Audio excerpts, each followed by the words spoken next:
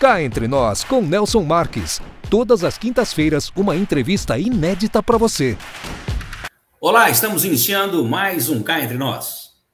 Sempre agradecendo a você que nos segue nas redes sociais e que também envia o seu e-mail todas as semanas, sugerindo as pautas a serem tratadas aqui no nosso programa. Lembrando também que se você ainda não se inscreveu no canal, por favor, inscreva-se, ative o sininho para receber as nossas notificações. Aproveita que você está por aí, dá aquele like.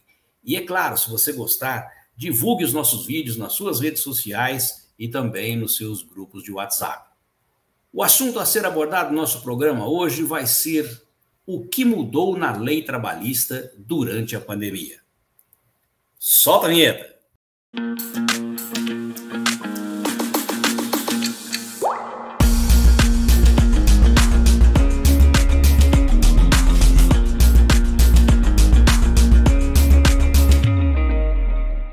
Nosso entrevistado possui graduação em Direito, com especialização em Direito do Trabalho pelo Centro Universitário Eurípides de Marília, e especialização em Direito Empresarial com ênfase em Direito do Trabalho pela Instituição Toledo de Ensino de Bauru. Atualmente é juiz federal do trabalho pelo Tribunal Regional do Trabalho da 15ª Região de Campinas. Seja muito bem-vindo ao Cá Entre Nós, Dr. Breno Ortiz Tavares Costa. Olá, tudo bem? Tudo ótimo, um prazer em tê-lo aqui no nosso programa.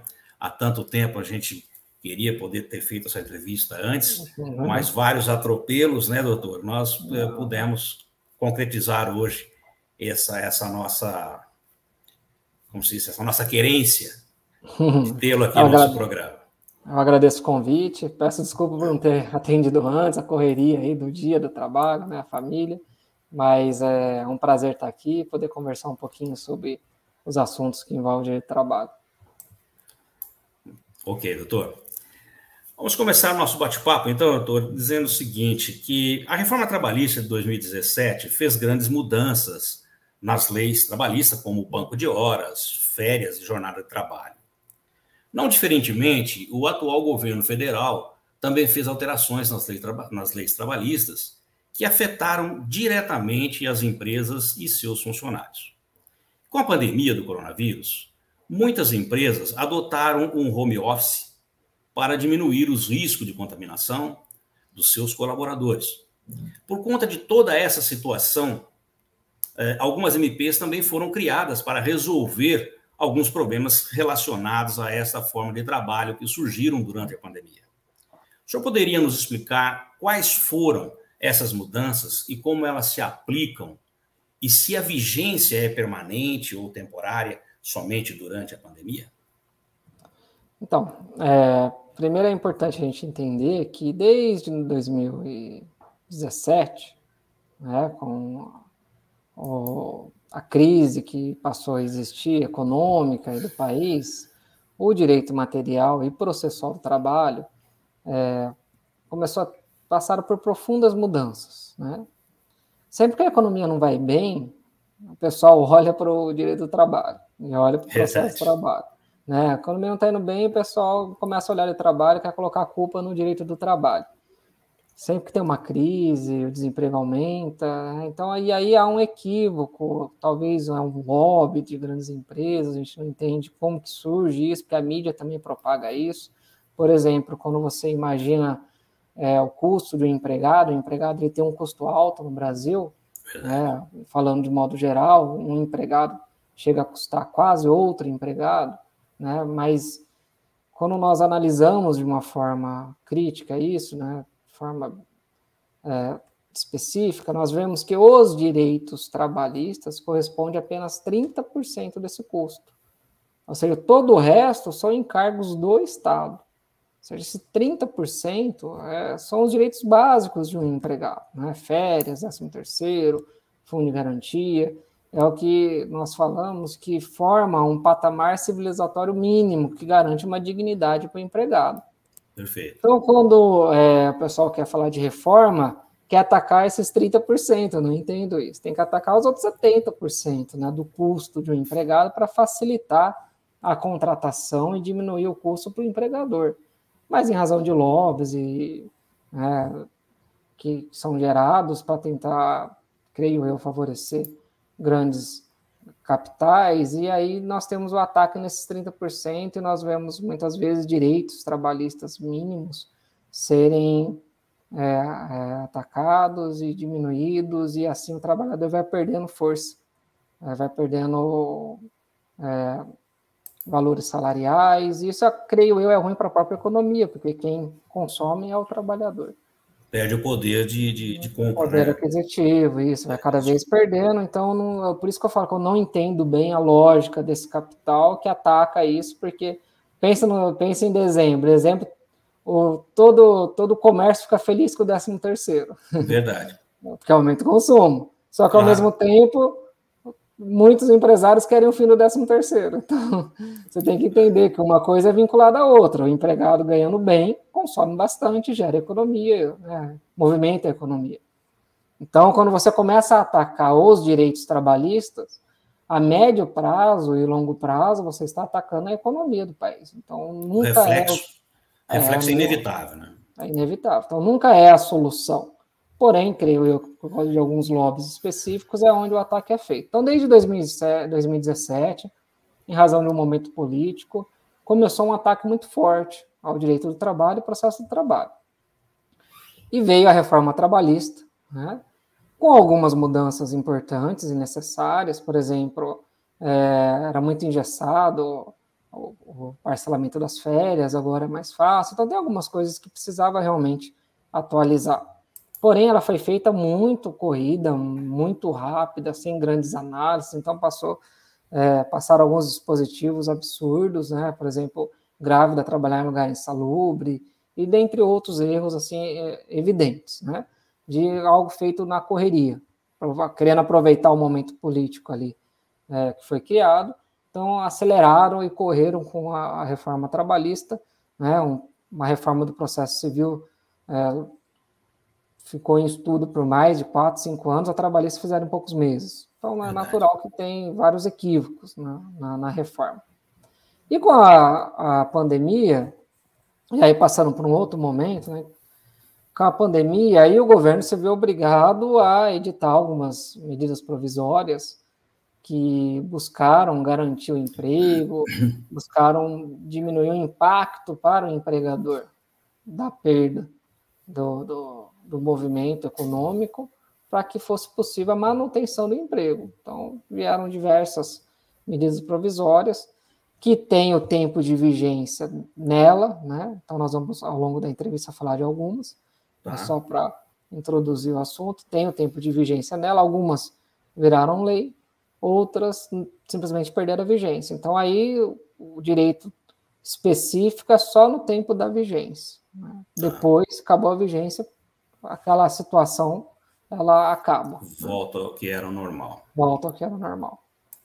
Doutor Breno, ainda se falando nas novidades das leis trabalhistas em 2020 e 2021, o que muda nas demissões? E o que é demissão consensual? Então, por exemplo, essa é uma mudança interessante, né, Nelson, da reforma trabalhista. Porque eles verificaram, por exemplo, que existia uma prática, ainda existe, né, mas existia de uma forma muito intensa, uma prática do acordinho trabalhista. Então, o empregado não queria mais trabalhar, e chegava para o empregador e falava, me manda embora. Mas se eu for mandar embora, eu tenho que pagar a indenização do fundo de garantia, que o pessoal chama de multa, mas na verdade é uma indenização. Depois eu te devolvo os 40. Aí a pessoa fala, não, mas aí eu te devolvo. Você vê, é uma simulação, é uma fraude, é um crime. Então, isso é errado, não pode fazer. Virou um acordinho tão comum que eu já vi até na sala de audiência advogados conversando ali na hora, falando, mas faz isso, eu devolvo, tal, ele saca o fundo de garantia. Ou seja, estavam criando uma simulação na frente do juiz. Eu falei, doutores, mas tá tão comum assim que vocês criam a simulação na frente do juiz achando que está tudo normal?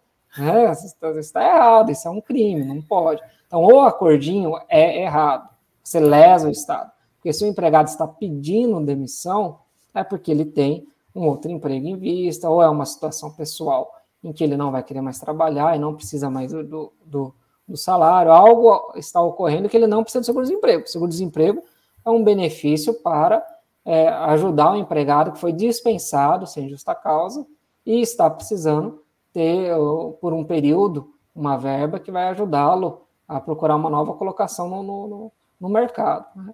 Então, o acordinho trabalhista, vamos frisar, é errado, não pode. Né? Não pode. Você tá ponto pacífico. Ponto pacífico. Não. Pode. Não, empregado não faça isso, empregador não faça isso. Porque depois, se na justiça entra com a ação e tem o reconhecimento disso, tem que devolver todo o dinheiro e ainda responde, né, junto ao Estado sobre isso. Agora, o artigo 484-A, que foi introduzido pela reforma trabalhista, ele prevê o acordo trabalhista legal, que é o quê? As duas partes de consenso põem fim ao contrato de trabalho. E aí o empregado recebe pela metade o aviso prévio, a indenização de fundo de garantia e as demais verbas recebe por inteiro. Então, é uma forma que diminui o custo para o empregado, para o empregador, e o empregado recebe uma parte das verbas trabalhistas sem lesar o Estado, sem criar uma simulação, com segurança jurídica, porque o empregador precisa entender sempre que quando ele faz algo que não pode ser documentado, que não pode ser provado, porque ou é errado, ou é crime, ou não segue a lei, ele está em insegurança jurídica. Tá. Amanhã pode surgir um passivo trabalhista, ou seja, alguém entra com uma ação e ele é condenado, tem que pagar isso com juros, custos, honorários, então ele gera um passivo. Então eu falo sempre para as pessoas que eu converso, com os empregadores, documenta tudo e segue a lei. Isso lhe traz uma segurança. Senão fica pior o molho do que a galinha, como dizem. Você faz o acerto na hora e depois as consequências inevitavelmente virão e você vai ter que responder por elas. Sim, é crime. Né? Crime não, além de não ser faça crime. Isso. Tá. Isso. Doutor, sabemos que também com a reforma trabalhista houve alterações relacionadas às férias dos funcionários. O senhor poderia nos explicar como era e como funciona agora, para nos dar uma ideia bem real da atual situação? Foi um exemplo que eu citei logo no início de que é algo bom, benéfico da reforma. Eu considero, né? Sempre tem opiniões contrárias em tudo, mas eu considero algo bom. O básico continua igual. O que é o básico? Então, o empregado ele entra, tem o período aquisitivo. O período aquisitivo é o primeiro ano. Então, ele vai adquirir o direito a férias.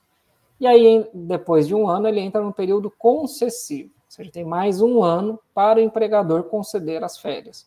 Isso continua igual. A diferença é que antes o empregador tinha que conceder em 30 dias, ou poderia dividir em 2 vezes, em 2 períodos, mas com justificativa. Algo muito engessado. Tinha que explicar por que concedeu em 2 períodos. Agora, algo que eu acho mais contemporâneo, algo em sintonia com a vida mais moderna, agitada que ela é, né, natural, e também para organizar melhor também o dia a dia do empregado e do empregador, eu acho que é algo benéfico para o empregado também, ele pode dividir até em 3 períodos, né, respeitando que um período tem que ter no mínimo 15 dias, e os outros 2 períodos, o mínimo tem que ter 5 dias. Né? Então, você não pode dividir, por exemplo, 2 e 13. Não, tem que no mínimo ter 5 dias, um deles, né? Os outros 2. Então, são 3 períodos. Né? Além disso, as férias não podem começar antes de um feriado ou do final de semana, né? Do descanso semanal remunerado.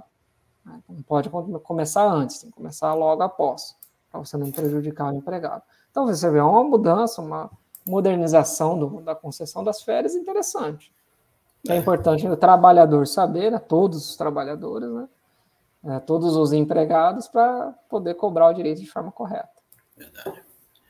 Quais foram as medidas provisórias durante a pandemia? Quais os assuntos que elas envolveram? Assim, nós tivemos 2 em 2020, a 927 e a 936. A 936 foi convertida na Lei 14.020, de 2020. E depois nós tivemos em 2021 a 1.045 e a 1.046. Todas elas perderam a vigência. Já perderam a vigência. Inclusive a lei também perdeu a vigência. A lei perdeu a vigência em 2020. Mas o empregado e o empregador precisam conhecer as medidas provisórias e a lei, porque elas geraram direitos e situações emergenciais, regularam as condições, as relações jurídicas de trabalho no período dela, né, de cada uma delas.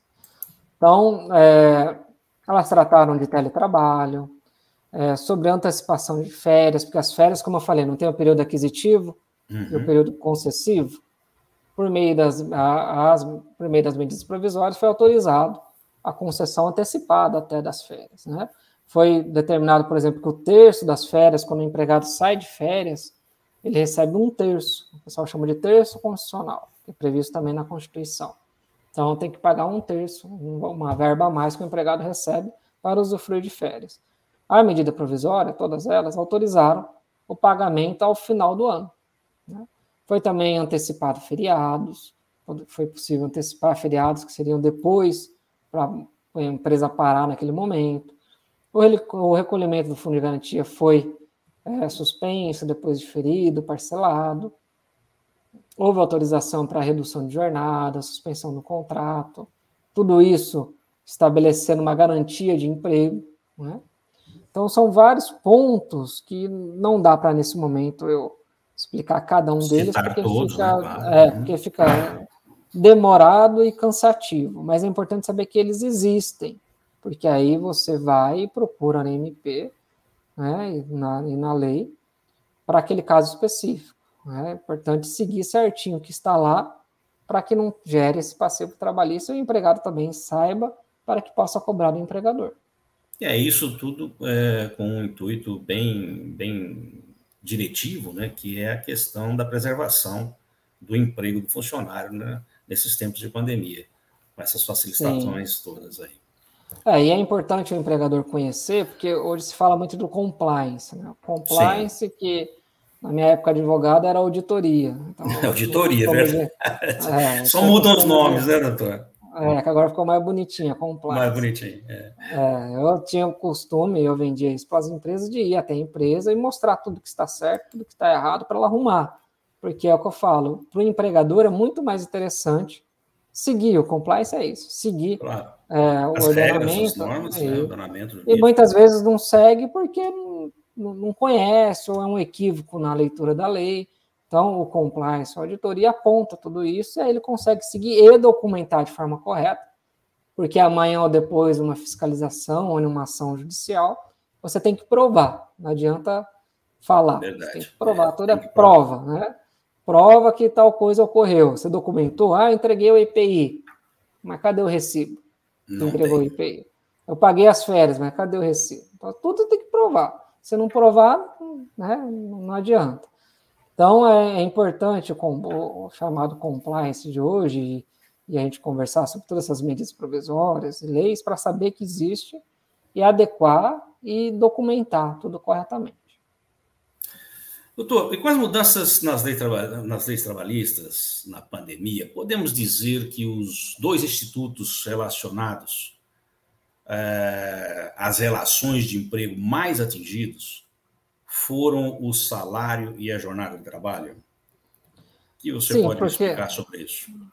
Exatamente, Nelson, porque na tentativa de preservação do emprego, né, dos cargos, as medidas provisórias autorizaram a redução da jornada, a redução do salário, a suspensão do contrato por até 120 dias, né, o pagamento de um benefício emergencial pelo Estado, está tudo lá disciplinado nessas medidas provisórias.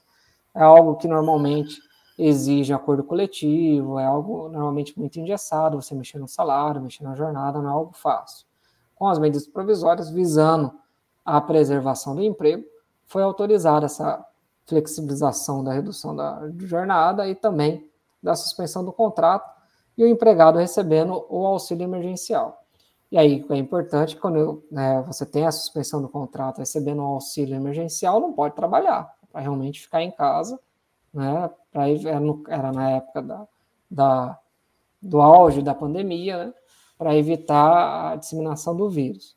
E isso gerava uma garantia de emprego, então também, para que isso tenha validade, o empregado tinha que ter o emprego. Não adianta fazer isso e mandar o empregado embora. Não, gerava um período de garantia de emprego. Legal. E dentre essas medidas adotadas, a adesão ao teletrabalho está amparada em alguma lei?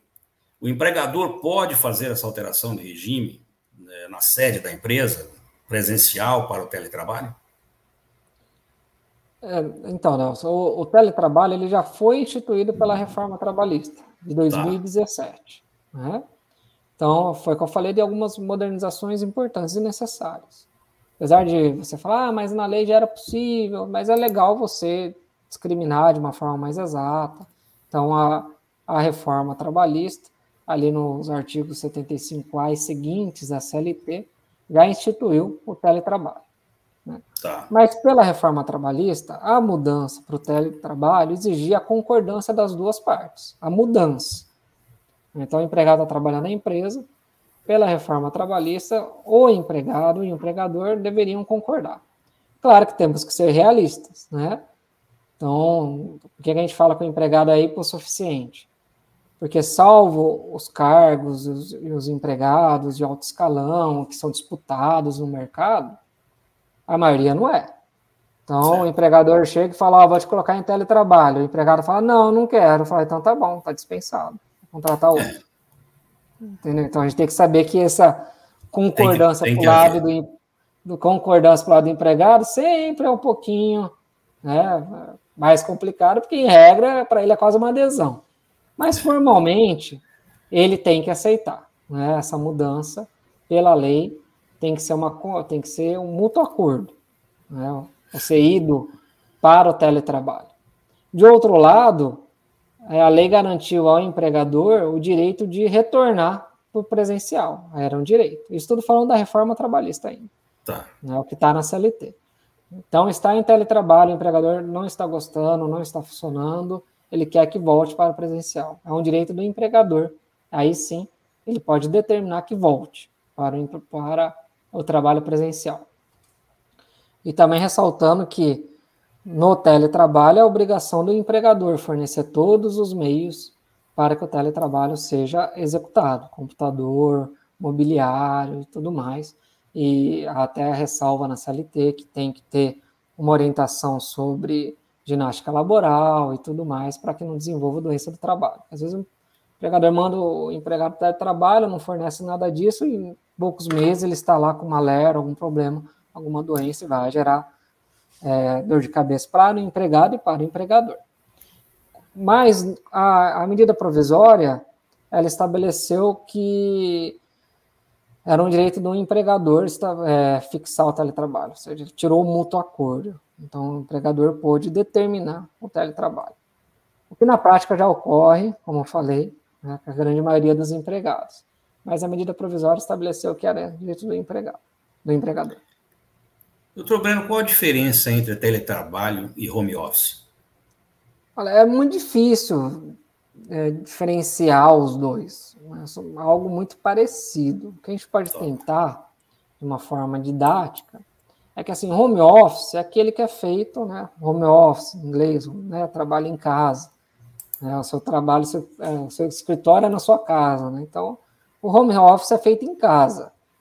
Não necessariamente tem que utilizar tecnologia. Então, não necessariamente ele vai utilizar meios de tecnologia. Já o trabalho, o teletrabalho, aí sim é um trabalho desenvolvido por meio da tecnologia, por meio virtual, né, que pode ser ou não na casa. Né? Ele pode estar num escritório de coworking, pode estar em qualquer outro lugar, realizando o teletrabalho, não necessariamente na casa dele. Então, diferença didática, tentando falar sobre isso. Alguns juristas entendem que no home office há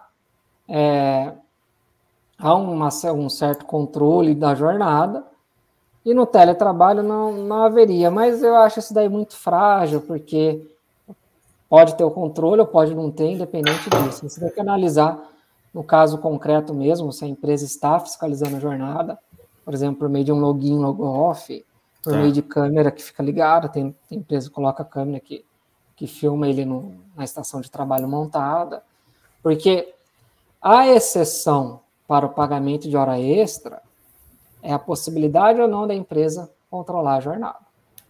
Então, mesmo que seja um trabalho externo, mesmo que seja home office, mesmo que seja teletrabalho em home office, seja o que for, se a empresa consegue controlar a jornada de trabalho, ele tem direito à hora extra. Há uma confusão sobre isso. Ah, mas ele trabalhava externamente, ele não ia na empresa. Mas ele fazia login, fazia logout, usava GPS, tinha que começar a trabalhar, mandar o WhatsApp para o gerente dele, quando parar de trabalhar, mandava o WhatsApp de novo. Ou seja, era possível o controle. Então, ele tem direito à hora extra. Uma curiosidade, neste caso em específico, hoje nós temos aí o WhatsApp que virou um mecanismo de trabalho, né? Essas questões trabalhistas podem ser resolvidas pelo WhatsApp, por exemplo, ele pode servir de comprovação que a pessoa trabalhou após o horário por questionamentos, por resoluções que ele tenha feito e enviado pelo WhatsApp para o empregador, por exemplo? Sim, os meios digitais, eles são provas, né? Eu adoro quando uma parte junta a conversa do WhatsApp, até pego um café para ler, porque ali está autêntico, né? Está como se fosse uma gravação do dia a dia da pessoa, está ali realmente... Sem narrativas. Sem narrativa, não é o advogado falando por ele, é ele Perfeito. Conversando com o gerente. Então é o que aconteceu de fato. Então eu adoro ler a conversa do WhatsApp. E claro, acho que facilita bastante o trabalho, né? Você fica sabendo o que está acontecendo. E sobre jornadas, aí depende isso, não é o mero uso do WhatsApp. Na questão se ele está sendo utilizado para controle de jornada. Né? Então, se você está utilizando o empregado todo dia, quando chega, eu já tive casos desses, todo dia quando o empregado chegava no local de trabalho que era externo, ele tinha que mandar uma foto mostrando que naquele horário já estava no local de trabalho. E todo dia antes de sair, ele tinha que mandar foto antes de sair, para mostrar a hora que ele estava saindo. Ou seja, o empregador está utilizando o WhatsApp para controlar a jornada, é quase um cartão de ponto ali. Né? Sem dúvida. Então, ali há controle de jornada. Eu digo o seguinte, existe a CTPS digital? O que seria isso? Sim, Nelson, existe. Foi criado pela lei, chamada Lei da Liberdade Econômica, a Lei 13.874 de 2019. Ela instituiu diversos parâmetros, tentou modernizar um pouquinho essa parte burocrática do registro de empregados, além de outras coisas, mas relacionado ao trabalho, muito envolvendo isso. E aí ela criou a CTPS digital, que você mesmo pode baixar, né, no celular. Eu baixei a minha para ver como é que estava, na Apple Store, na Play Store, você baixa a CTPS digital, e aí, teoricamente, é para estar tudo lá, todos os períodos que você teve de registro, há um cruzamento entre os órgãos do Estado e aparece lá tudo que foi digitado, todo o seu período de trabalho, todo período que houve contribuição, está tudo lá. E aí isso modernizou, porque antes o empregado tinha que entregar a CTPS dele, o empregador tinha que pegar um recibo que entregou, tinha um prazo para fazer o registro, tinha que devolver, aí na justiça às vezes tinha alegação que o empregado não entregou a CTPS, o empregador sumiu com a CTPS, né? Acontecia muito isso. Agora, com a digital, a empresa tem 5 dias úteis para registrar o empregado. Mas e aí? O CPF, pelo CPF, ele entra no sistema, a empresa, o contador sabe fazer isso, ele entra pelo sistema de registro. E lá no app do empregado já vai aparecer o registro. Né? Então, antes era 48 horas, mas tudo era físico, então era essa confusão que eu te falei. Agora, carimbo, assinaturas, era uma... Diversas desculpas poderiam... surgia muita história sobre um fato que era para ser simples, né? Depois a devolução. Então, hoje é bem simples. O empregado, com a pactuação do contrato de trabalho, o empregador vai ter acesso aos dados do empregado, o importante é o CPF. Com o CPF, a empresa tem 5 dias para registrar. Né? Então, entrando lá naquela história, ressaltando um pouquinho, às vezes, do que é errado e a pessoa faz sem saber, ou porque todo mundo faz, a empresa vai, contrata o empregado está recebendo o segundo desemprego. Aí o empregado fala, espera um pouquinho, deixa eu terminar de receber. E registra depois. Vai me pagando por fora, não tem problema. De novo, está errado, é outro erro e outro crime. Né? Aí, Depois, durante esse período ele tem um acidente de trabalho, como é que fica? olha a dor de cabeça que vai gerar. Né? Ou amanhã ele entra com a ação e fala, não, mas eu comecei a trabalhar 3 meses antes.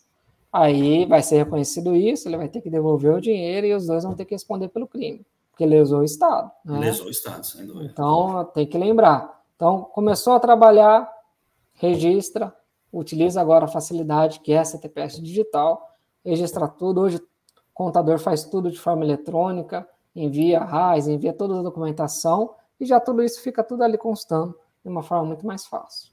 Perfeito. Doutor, um empregado que entra com ação trabalhista, ele tem os benefícios da justiça gratuita? Tem que pagar os honorários advocatícios, custas, etc.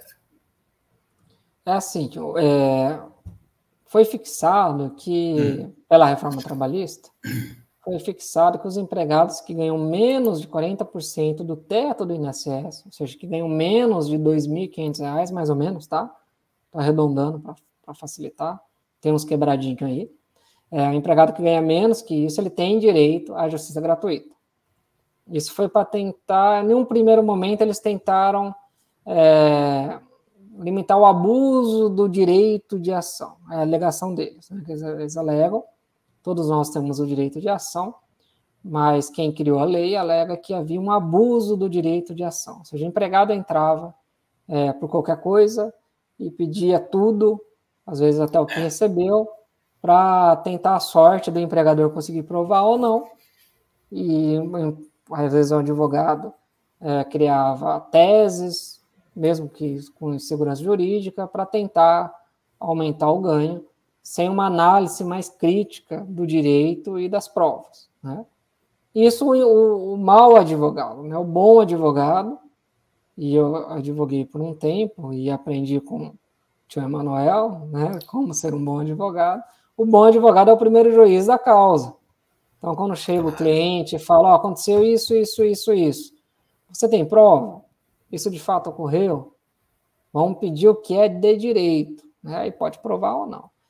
Mas, em razão desse abuso do direito, o pessoal tentou limitar um pouquinho, causar ônus para o empregado. Isso é um pouco complicado, agora trazendo para o outro lado, porque, em regra, o empregado entra com a ação quando já está desempregado. Ou seja, já está desempregado, passando por dificuldade financeira. Se você cria muitos encargos para ele, você não limita o abuso, você tira o direito de ação. O outro lado alega isso. Então, é complexo por causa disso. O empregado está desempregado. E ele vai gerar um monte de ônus para ele, então complica.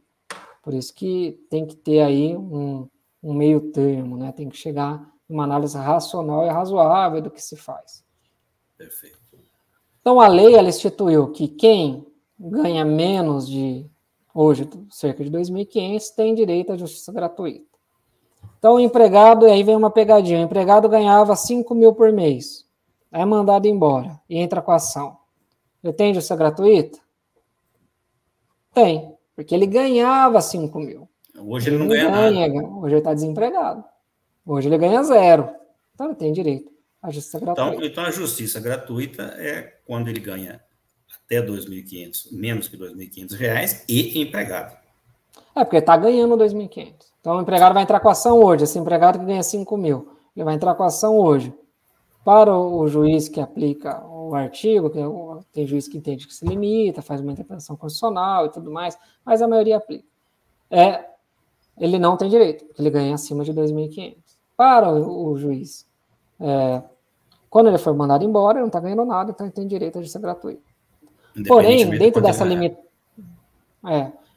dessa tentativa de limitação do abuso do direito, da alegada, né, do suposto abuso, a reforma trabalhista previu que, mesmo tendo justiça gratuita, o empregado tinha que pagar honorários periciais, caso a perícia fosse negativa, e honorário de sucumbência. Ou seja, pediu um direito, pediu lá 5 direitos, né? Ganhou 3, perdeu 2. Isso gerou uma sucumbência parcial. Então, mesmo tendo justiça gratuita, ele era obrigado a pagar e isso era descontado do crédito dele. Tá. Né? Só que aí isso é inconstitucional. Por que é inconstitucional? Porque no artigo 5º da Constituição, e todas as leis precisam respeitar a Constituição, ela é a lei máxima, né? Tudo tem que respeitar. Por isso que a gente vive num Estado democrático de direito, porque todos têm que respeitar a lei. E a lei máxima é a Constituição. A Constituição, no artigo 5º, prevê que o beneficiário da justiça gratuita tem assistência integral e gratuita. Então, é integral e gratuita. Então, se ele tem direito à justiça gratuita, ela tem que ser integral e gratuita. Eu não posso colocar um senão. Não há que se pagar as sucumbências. Não há. Então, o STF, isso aí já declararam constitucional desde sempre, que é claramente, é literal, não tem interpretação, é literal, é ali preto no branco. Então, eu sempre declarei, mas agora o STF, de forma recente, poucos meses atrás, reconheceu isso, declarou essa inconstitucionalidade. Então, agora é pacífico. O empregado que tem a justiça gratuita, é dado o direito à justiça gratuita, o benefício da justiça gratuita, ele não vai pagar nada. Agora, o que não tem a justiça gratuita, ele vai ter que pagar. Mas se o empregado entrou, ele não ganha nada, ele entra e mente, inventa, produz prova, aí ele vai ser condenado em litigância de má-fé, e aí ele vai perder a justiça gratuita, ele não vai ter ser concedido. É diferente. Né? Aí são outros parâmetros a ser analisados. Né? Aí muda totalmente a figura. Claro. Né? Nós estamos falando do uso regular do direito. Regular do direito. Doutor, cá entre nós, o que esperar após a perda da vigência da Lei 14.020/2020 e as demais MPs? Elas geraram, né, podem ser utilizadas como alguns ensaios, por exemplo, a questão do teletrabalho, a questão das férias adiantada ou feriado, mas na prática, simplesmente, elas geraram efeitos no período delas e acabou, né? O governo tentou, né, o governo atual, que tem um viés liberal, tentou aprovar uma das MPs,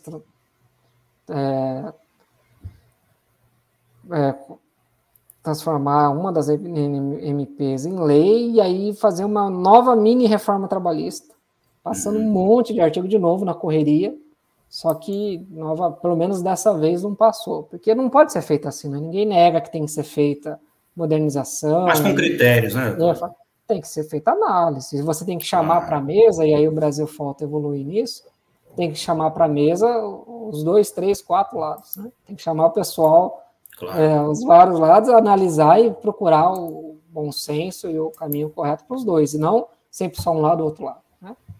Senão aí não dá certo, passa com erros. Sempre vai faltar alguma coisa ou passar alguma coisa.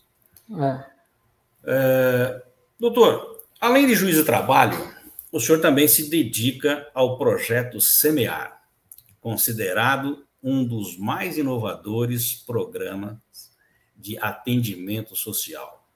Fale-nos um pouco sobre ele. O projeto Semear, eu gosto muito, sou muito feliz de participar dele, né? Agradeço pela oportunidade de falar sobre ele, e todos os dias eu agradeço por participar dele. É um projeto em que nós atendemos cerca de 150 crianças. Atualmente estamos com uma sede nova. Nós começamos esse projeto por um grupo de amigos que tinham o sonho de ajudar a construir um mundo melhor. E começamos ajudando algumas instituições, até que um dia fomos chamados por uma moradora lá de um bairro carente, aqui de Marília, em que ela, no quintal da casa dela, servia algumas crianças, dava um café, lia uns livros. Eu falei, opa, peraí, tem uma turma de amigos aqui que está interessada nisso. Que bacana. E aí começamos ali no quintal da casa dela, aquilo foi, o amor contagia, né? O bem contagia, aquilo foi crescendo. Hoje temos mais de 150 voluntários, mais de 150 crianças atendidas. Reformamos a casa dela inteira, porque foi por um bom tempo. Começou ali, claro. Começou ali, foi no quintal da casa dela, então foi reformando a casa. Não, é para poder atender, né? Acabou ficando para ela, mas para poder atender as crianças. E ela era apaixonada por aquilo. Então foi ali um casamento de de interesses para o bem, né? Algo benéfico.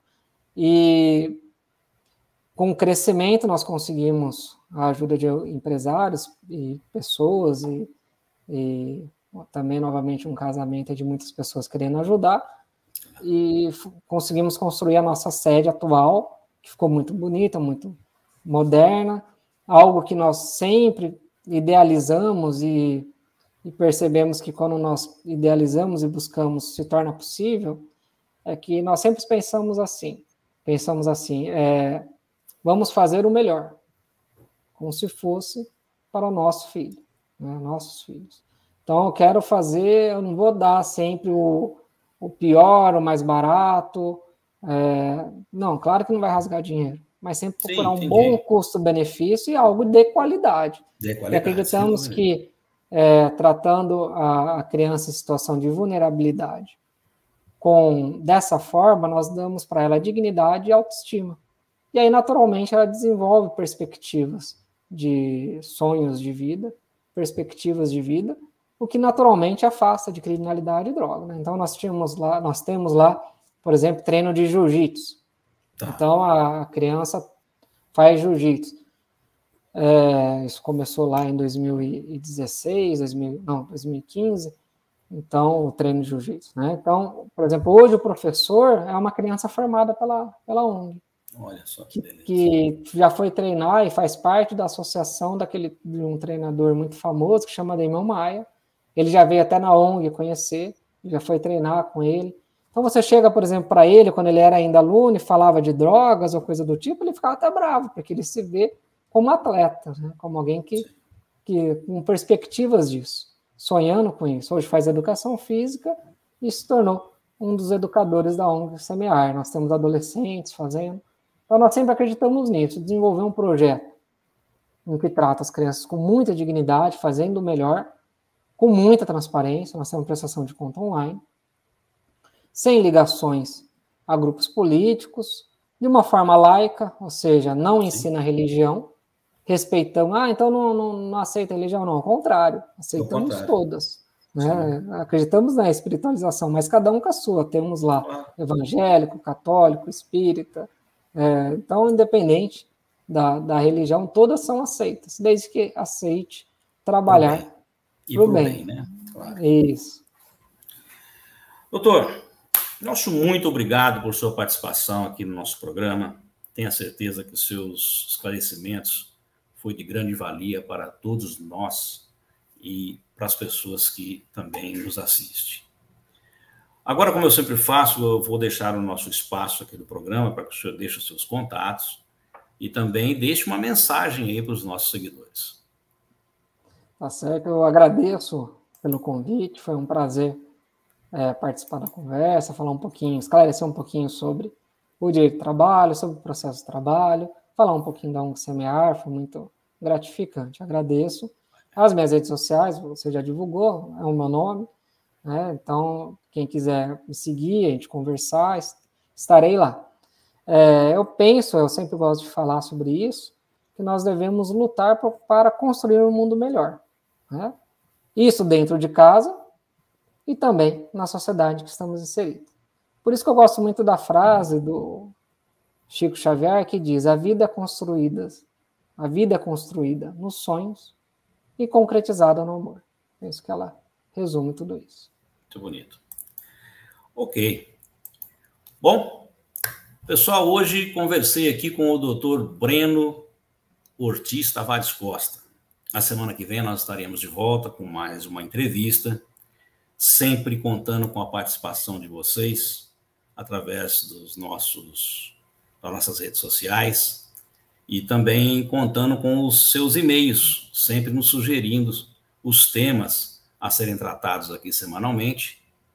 E outra coisa, eu nunca me canso de dizer, né, você que ainda não se inscreveu no canal, por favor, se inscreva, ative o sininho para receber as nossas notificações, aproveita que você está por aí, dá aquele like, e, é claro, divulgue os nossos vídeos nas suas redes sociais e nos seus grupos de WhatsApp.